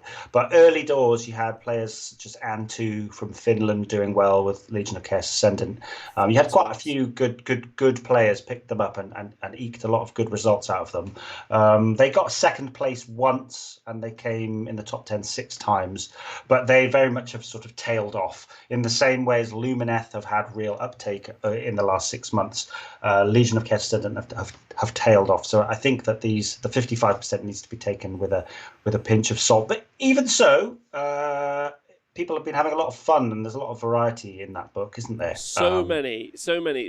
Like, are you taking chariots? Obviously, you're taking Kadai. We saw one just even at the last Hammer Time event, right, where it had those 21 Kadai. Did go 0 and 3, I'm pretty certain, but like that's a side note, like whatever. I don't think he did. I don't think he did actually. Oh, really? No, I think he did all right. I think he might have maybe got a 2-1 or a 1-2. I'll have to check that, but I wouldn't want Toggy to get upset. So, sorry, Toggy. I thought he did. There was some reason. Was there a Legion of Asgore player went 0 and 3? Something that hurt me emotionally. I would probably, if I was a betting man and I had to choose one of those two options, I would probably go with taking them to a tournament. I'm gonna fucking smash. Okay. But they ruined the epitome for me. Okay, so yeah, like you're right. Both of those stats are a little bit like aberrant. A Legion Chaos Ascendant from Wrath of the Everchosen, if you don't know. What we break out, eventually the stats, again, that sheet that we're talking about, we're not only going to break these stats in Daughters of Cain or Beast Chaos, we're going to break them into the sub-factions as well. So big shout out to Ziggy, and again, that's something that we're going to put in. So as these stats go on, we will be able to break down these even more. We'll look at the units that go inside these as well. This is just day one. So, feel free to talk about that. But Legion of the Chaos Ascendant, nice seeing there. Daughters of Cain, 58% win rate. We've seen them also doing super well in real life as well, Owen. We see the Corey take out an event recently. Everyone's on it. I think their new book has only made them stronger. Now, when Daughters of Cain first came out, ladies and gentlemen, they were 70 to 80% win rate. They were in not even the S tier, the moon tier. I don't even know what to call it. They were on Mars. They were just completely on another planet. I don't think that that's going to be the case now for the new book, but I do think that they're going to be right up there. You got any thoughts on that? Yeah, I mean, again, this is one where they've come in hot from the left field, whilst everyone, much like in real life, whilst everyone has known that Daughters of Cain is an excellent book, you didn't see them a huge amount on the tabletop, and then they didn't really have much uptake at the start. But I think, we've got Audum in the chat, who is the only Daughters of Cain player to make it through to the Hammer Time 7 finals on Saturday, so I'd be interested to see what his thoughts are on the changes and things, or whether how quickly he's picked them up. They've come in hot and they picked up some really good results. I mean, I think in over Hammer Time 6, Hammer Time 7, we had a lot of Daughters of Cain and lots of 2-1s, lots of positive results with them. Morathi, a lot of armies can't deal with Morathi, can they? So she's that piece that goes in there, and they've given everything else a reasonable buff. What do we think now? Obviously, it's changed again, so I can't see them. I don't think we'll see the janky build that we saw before, but I still think that they're to the moon. I think that they're brilliant. And they've got a pivotal book as well. Can I just thanks to Bradley in the chat for donating £10 to the show for jam sandwiches for me. Appreciate that a lot. I will be doing that. I think Owen, ultimately what we're going to see is this book go from strength to strength because it's a pivotable book. You got a book that if the shooting is super heavy, they can make it so that they're -1 to be hit, and then also their characters, which are so integral to their list, and -2 to hit, which I think is super important because of the additional lookout serve -1. So I think that's going to be a key feature. They can go more output-y because they can get more rend. They can go more survivable because they can go Hagnar. They can get there's a bunch of options which I think is really viable for them. So it's a book that's got play, like the Tzeentch book. My comparison is the Tzeentch book. I think it's so many options, loads of play. The Cainite Shadow Stonkers are in the list. Heart Renders are great. They've got all of the options, and then Morathi, as you said yesterday, is a unique piece, an unkillable unit. For 2 turns you can talk about the cheater dice for Tzeentch, but who else can just say, cool, I'm not going to die for 2 turns? That's a play style that you have to mentally get around when you're writing your list. You have to have played it enough to know, what am I going to do?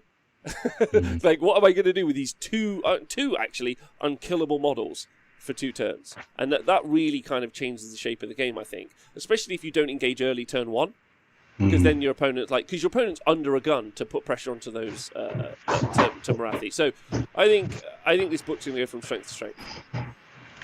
Yeah, and it seems like there's a lot of conversations. Obviously, people are probably settling still on Hagnar for the survivability, but like you say, it's got the good internal flex. So there seems to be conversations around viability of a lot of the sub factions. So it's nice that there's a book that they haven't just totally gutted, an elven book that they totally gutted, right? And they're probably still going to be usable rather than like having 5,000 points of painted Sylvaneth, for example. That'd be a shame, wouldn't it? Yeah. Oh, buddy. Right. Sorry, I'm only joking. Right, but the Beast of Chaos is obviously the headline there in the A tier. It is. Well done, Beast of Chaos Hold players. on. The Bray tier. Oh, nice. Yeah, Bray tier. That's where they're at. Congratulations, Beast of Chaos players. Reward yourselves. You are no longer trash. So... Talking about not trash, S tier. So very much like the bin tier, these armies are doing the best, but also they fall into a problematic category where they are better than they should be. Very much like the bin tier, where we need to have conversations about what's wrong with Sylvaneth and why does it need to, what does it do to move into that 40 to 60 bracket. The S tier, while it's awesome, you're like, yeah, finger guns for S tier. There's a problem and they should come down from where they are. Yeah, so it's always a healthy conversation to have, and it's no surprise, really, where these two absolutely awful armies are placed in here. Narratively excellent, obviously, as a player of both, because I play Sharks and Salamanders, who are now 80 points. They're not, but that's my joke.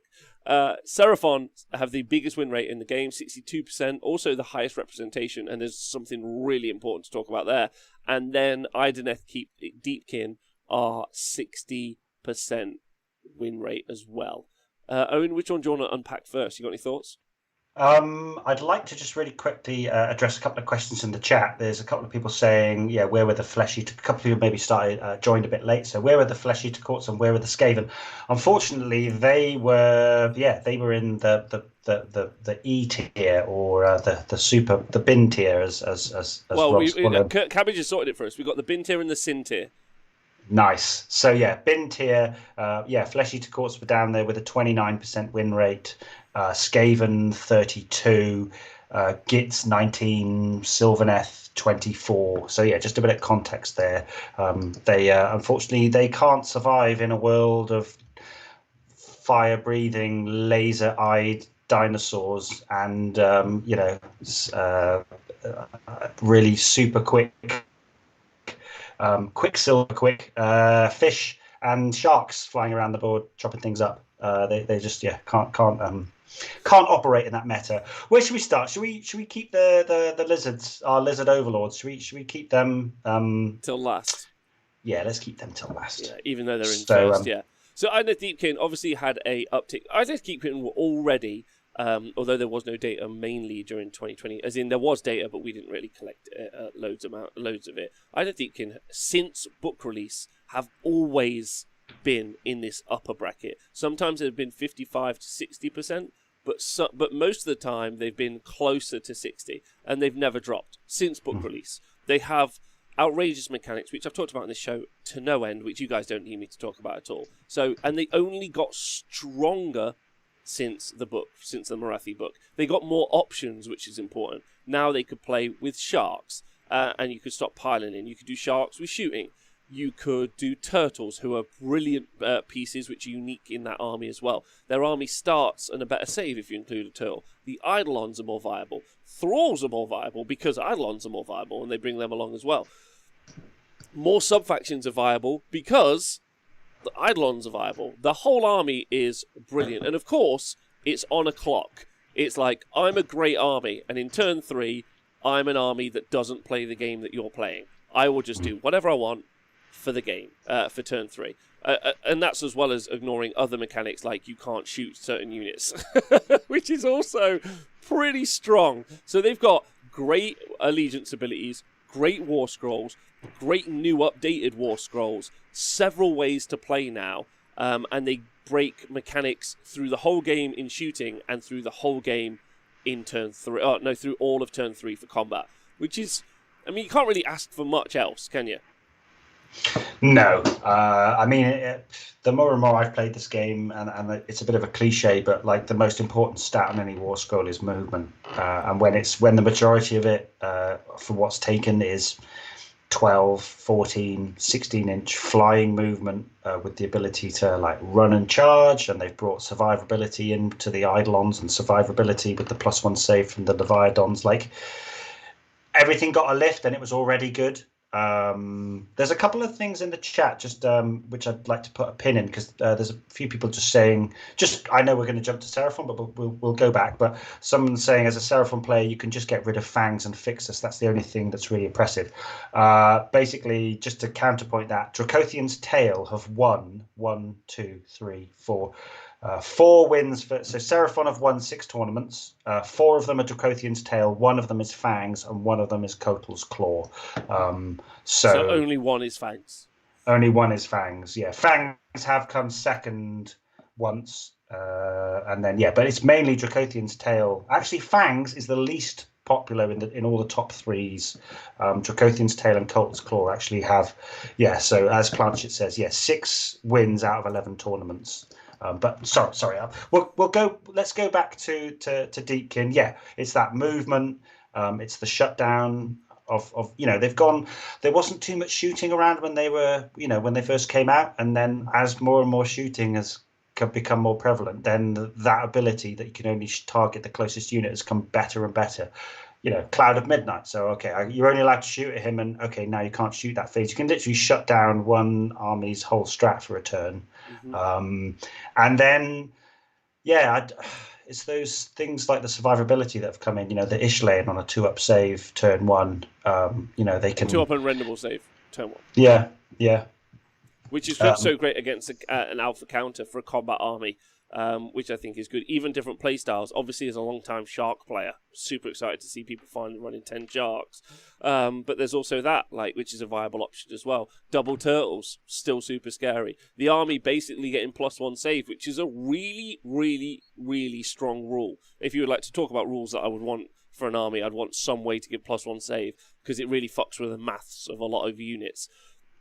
And that just coming from this really tanky turtle and being able to give that out to other units in your book is great. They're also super underpointed, even now. Morse Argard are 180 points. If you compare them to what we've seen come in for the new Sinesh stuff, it's hilarious that they're 180 points. If you compare them to Kurnoth Hunters, if you compare them to Skyfires, if you compare, there are, you can just keep going through units that are of a similar They're actually cheaper, Rob. They're 170. Same price as Cyberesh Twin Souls, right? Oh my fuck.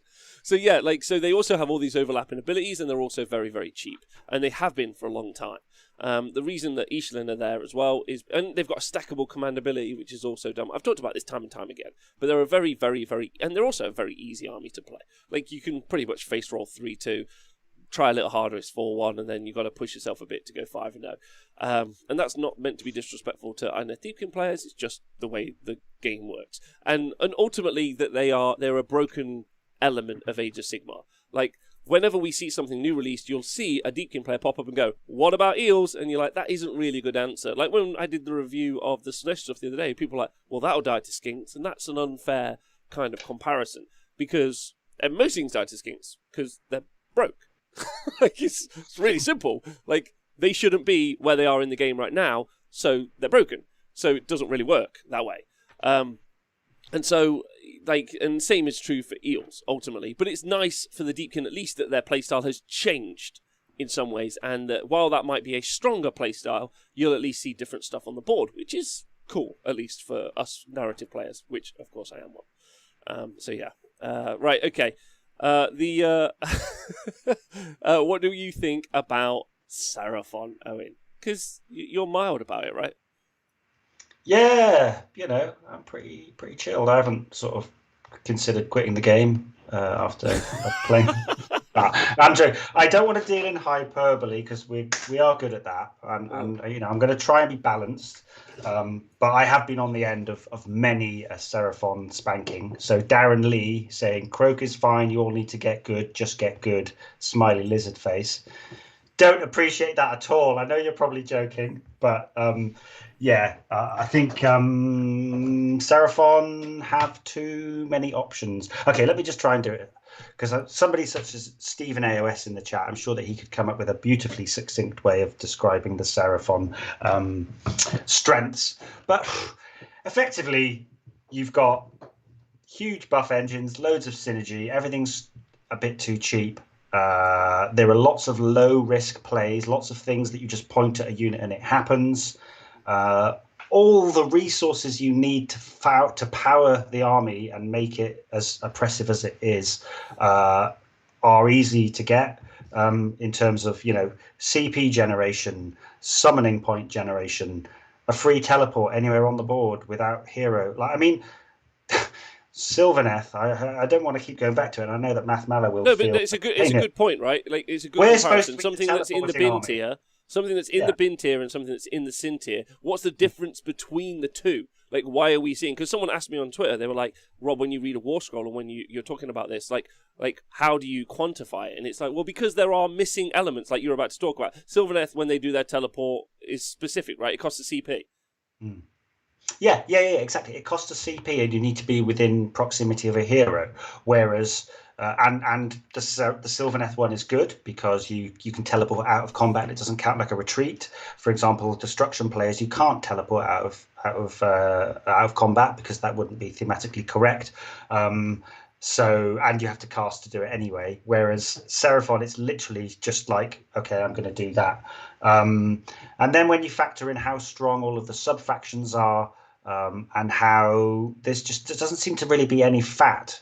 We laughed about Lotan because you never see that taken, but you could literally take anything from that book, build something semi-competitive. And then they just have the guy, the big Papa K, more, he's better than Nagash, Croak for 320 points. It is a meme, and we obviously were upset with the FAQ, but he's so oppressive for that points cost. It's plug and play, right? I want AoE mortal wounds, and I've got to spend 400 to nearly 500 points to achieve that for the best AoE mortal wound thing in the game, who also generates me CP.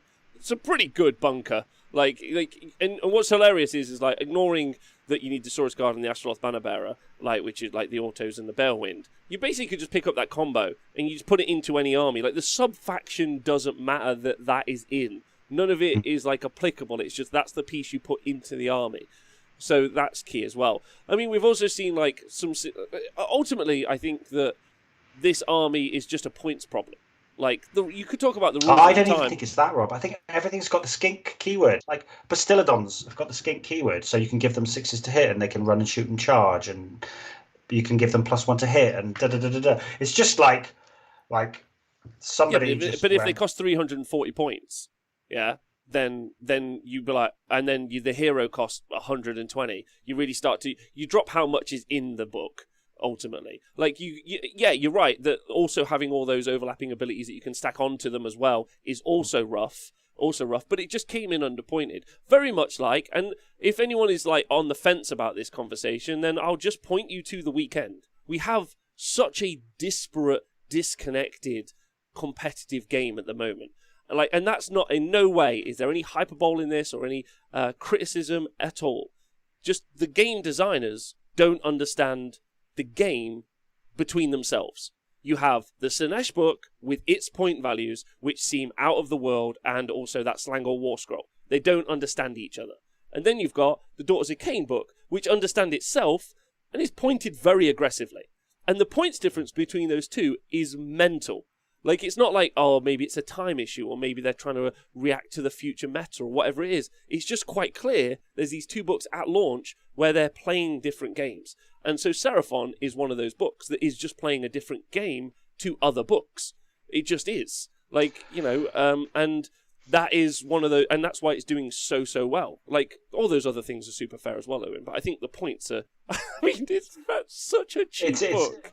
It's the problem is it's all the layering. I do there was a really good point that somebody made earlier, which I'd like to just roll back to very quickly, because it did kind of describe it, and I think that, okay, you probably sense maybe a touch of salt and some frustration when you talk about how good Seraphon are, because it's based off the fact of playing lots of games against them. Here we go. Most in power. Seraphon are a BMW that you can maintain like a Ford, and I think that's a nice way of putting it.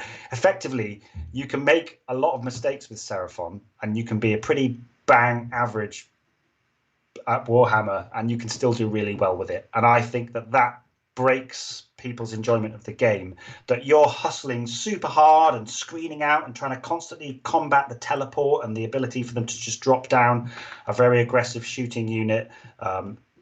Salamanders, okay, you can screen salamanders out easier, but camo skinks, normal skinks with 16-inch pipes, you're like playing your little cotton socks off and trying to do everything you can, and then there's loads of low skill plays and loads of generation, and okay, I'll put a Sally there, and okay, next turn I'll put 10 skinks there, and oh shit, they've died, okay, finally I get to charge you, and then you retreat and shoot me. And do you know what I mean? Also low risk plays as well. That's the other kind of thing. Like when you put your heart on the line and your unit on the line, it's kind of the interesting conversation about really what we want a game and also more a competitive game to be, because competitive players ultimately want really low risk plays. Like you want a low risk play in order to do well, and the reason that they do well is because of those.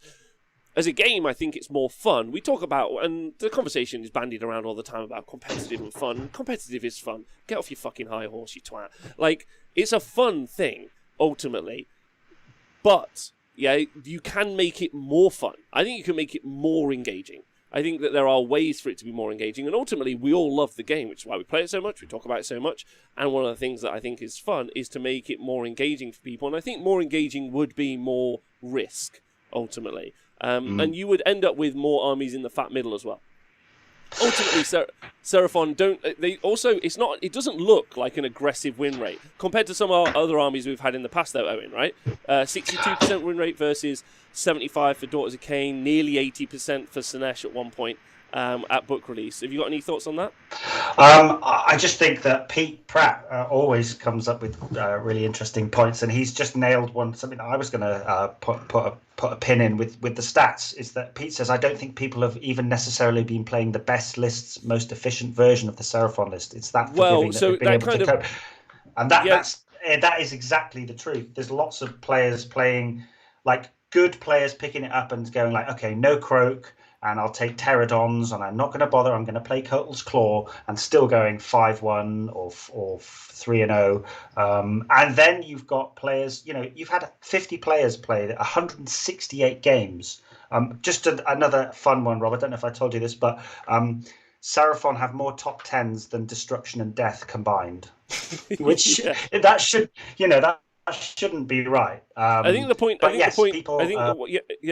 Pete made and you're making, and I think it's super valuable, is when we're talking about Beasts of Chaos and there being a couple of players doing really well, and it's hilarious they're in that A tier, that's super cool. And like, what the hell, Flesh Eater Courts are down at a 30% win rate. It's probably people just taking meme lists and having a great time. If that kind of like justification is true, that justification applies to Seraphon as well. If everyone is playing suboptimal, or let's say 50-60% of the people playing the optimal versions of these lists, and everyone else is taking suboptimal or stuff that's fun as a list, Firelance, Star Host, Basties, whatever, like a bunch of Saurus and some Carnos, whatever you want, right? Which I've seen that list playing at the TTS events as well. That still applies to Seraphon, and they're still on a 62% win rate. You give everyone the teeth. You go to that competitive tournament where everyone's running the big, scary dino lists, that win rate, in my opinion, goes up, not down. Yeah, it goes up. Yeah, and I mean, Alan's in the chat here. Alan joins. He jumps around all sorts of armies, and he says, I went 3-0 and came third in one of these events with 30 Saurus Knights and a Carnosaur. But it was 3 Salamanders, Croak, Astrolith, and the Troglodon were the key to winning the game due to the CP and the summoning. And I mean, again, I'll address this. Chiz in the chat says 2% more win rate makes it broken. No, not at all. It's about the quantity of players that have been playing it. I mean, they've had 168 games. Well, no, I'm going to qualify that. Yes, anything above 60% is problematic. That's just a flat decision by me. Owen can disagree with me, but I'm not moving away from that. I said it about Sinesh. Look at what I said about salamanders and the points changed there. Said it about fucking Daughters of Cain. Like, it doesn't change my opinion. Like, you can't just come in and be like, oh no, the data, like 2%, what's in it? Quite a lot, significantly, on that value of data. Like, it's a big deal. Like, it's a big, big deal. And it's also true for armies that aren't viable. And the criticism of stuff that's super strong really applies to the poor bastards who are really shit. Like, there's a whole bunch of people who have Seraphon armies and they love them, and they don't want to be the bad guys in a community. Very much like the people who have the crap Sylvaneth would like to go and play. yeah. Math Mallow in the chat. Matt, you're the only person that's got a top 10 with Sylvaneth, so props to you, sir. But he made a comment, and it was just something along the lines of, "I just want to not auto lose. I want to at least have just a little bit of skin in the game." It's fine. If players want to play Seraphon, that's great, but you should have a little bit of consideration of the enjoyment of your opponent if they're spending 3 hours playing a game and you just don't feel you've got any chance. I don't know. I don't want it to be ragging on Seraphon, but they're incredibly powerful. And I mean, listen, if you want to play something powerful, start building those skinks right now, lads. I still think that they've got time in the sun. I don't think that they're going to get hit with the nerf bat as much as maybe you might think that they should do. I don't think that's going to be the case. So I'd put my fingers on that being a solid point. Also, how do you counter it? Like, I don't have options for you. Like, that would be a really good conversation. Don't talk about how strong they are. Talk about how you can beat them. The answer is they've got great ball control, heavy magic phase, great shooting, great combat, CP for days, great board control, aggressive alphas, teleporting. Like, there's not anything board wide unbinds. board wide unbinds with pluses to dispel. Like, anyway, I love that faction as well. So, yeah, they've got the lot. They've got the power. Yeah, and it's just difficult then when you're looking at your book going, oh, like I haven't even got one usable sub faction, let alone like basically you could. Maybe we should do that. That'll be the next Hammer Time tournament. You literally just roll dice and add them together, and that's the page number that you have to pick your units from the Seraphon book. And then you just end up with this random list. Or I have got an idea of anyone who brings Seraphon has to bring 1,500 points. And I reckon they'd still do really well. The 2,000 points. Anyway, so long story short, they're in that S tier, Deepkin and Seraphon. And which means they're in the sin tier, so problematic tier, need to come down in some way. Something needs to be done, whatever that is, changing rules, drop points, whatever the situation. And again, obviously take all this data with a pinch of salt, but as time goes on, we're going to get more and more of this data, and we're going to be able to competently put that together as we see fit. Hopefully it'll be better. We'll break some stuff down in sub-factions. Super fun stuff. It's going to be really fun. Cool. Loads still to do on the show, Owen, so I'll try and rifle through it. I'm sorry. Yeah, we can rattle through. It's the same. We could very quickly touch on the Butcher's Tribe tournament, which is ongoing, if you like. So, anyone who's watched the show over recent times, Butcher's Tribe, run by Pask, out of Australia. So this is a 28-team TTS tournament. I'm not sure if you've got it doesn't. We don't even need the visual, to be perfectly honest with you. Basically, we're just at the stage now where round 3 is almost complete. So we're going to go down from 28 teams to 8 teams. It's a pretty brutal cut. But yeah, there are 4 teams that have got through. I thought people might be interested to know the names of those teams and also the build-up. So basically, you can't take armies from the same Grand Alliance. So you have to mix between chaos, death, destruction, and order. So at the moment, the Angry Alpacas often get talked about. They haven't dropped a game yet. They've smashing everybody, and they have got through to the knockouts with Tzeentch, Seraphon, and Legion of Grief as their selected allegiances. Team SYM. So this is a few of the British guys. This is Steve Follows and Lewis and Darren, I want to say. Yes, they've got a Tzeentch Archeon, Seraphon with triple Bastillodon, and an Ogre sort of monster truck list. Now, I've learned how to pronounce this. I don't know why, but one of the teams is called Huchi Hachsli, and that means kitchen cupboard in Swiss German. So I'm not sure Yeah, I'm not sure. I think they might have done that just so people have trouble pronouncing it. But Dwight yes, Schrute is playing in that army. That's amazing. they've got a Nurgle build, Daughters of Cain, and Ossiarch Bone Reapers, and then the Seraphones, which are a team of American players, I believe. They are through with a Seraphon, Ogres, and OBR as their build. A couple of people in the chat. Their Finnish C team will take Butcher's Tribe. Darren, haha. Wow, my team are facing your team this round, so we shall see about that. Yes, so Butchers, that's going to really start building now. It's going to go into a knockout with the 8 teams that remain. So that's fun. So expect some results there. Maybe Very much looking forward to seeing what happens with those matches going forward. Yeah, like it looks really, really cool. Yeah, Team ISYM, they're through as well. Is your pool still in contention? Yeah, we are still in play. The Team Bin are keeping the heat on us, but Laurie's won his round, so Benjamin and I have a game to go. We need to get 1 win out of our last 2 games to take that pool. Ooh, okay, And pressure's on. if we win, then I think we're going to be playing the Bad Moon Loons, so Matthew Goldsborough and Daniil. Yes, there's going to be some rivalries there. So yeah, maybe we'll do a big Butchers roundup when all of the 8. I would like that as well. I'm going to speak to Pascal Monday as well and ask him about pairing info. I'm going to do that after the show. So yeah, that looks super fun. We have some real life events coming up as well. I'm right in thinking that. Let me just get my document up at this stage, Owen. A lot of Windows again. Rob of the Windows is what they call me now. So yeah, talking of knockouts, we've got coverage this weekend, haven't we, Rob? We have this weekend. Games Workshop scheduled again another live stream for us. Super lovely of them during the same time. So yeah, we've got the knockout event for Hammer Time. So there it is on the screen now.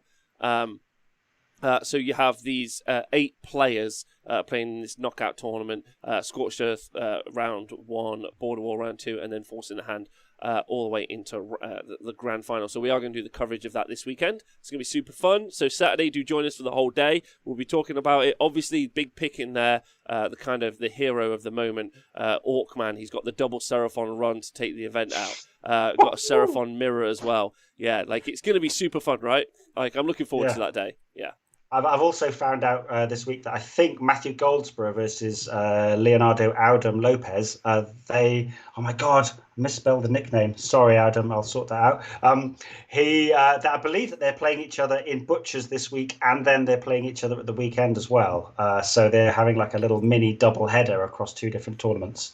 But yes, so as you say, Orkman is going to have to go through a lot of skinks with his Gore Grunters to get through that. So yeah, we're doing Scorched Earth, Border War, and then Forcing the Hand as the final. And it is a knockout. So yeah, literally, it's going to be a good day. I think you win or you lose, baby. There's going to be some good hype for that.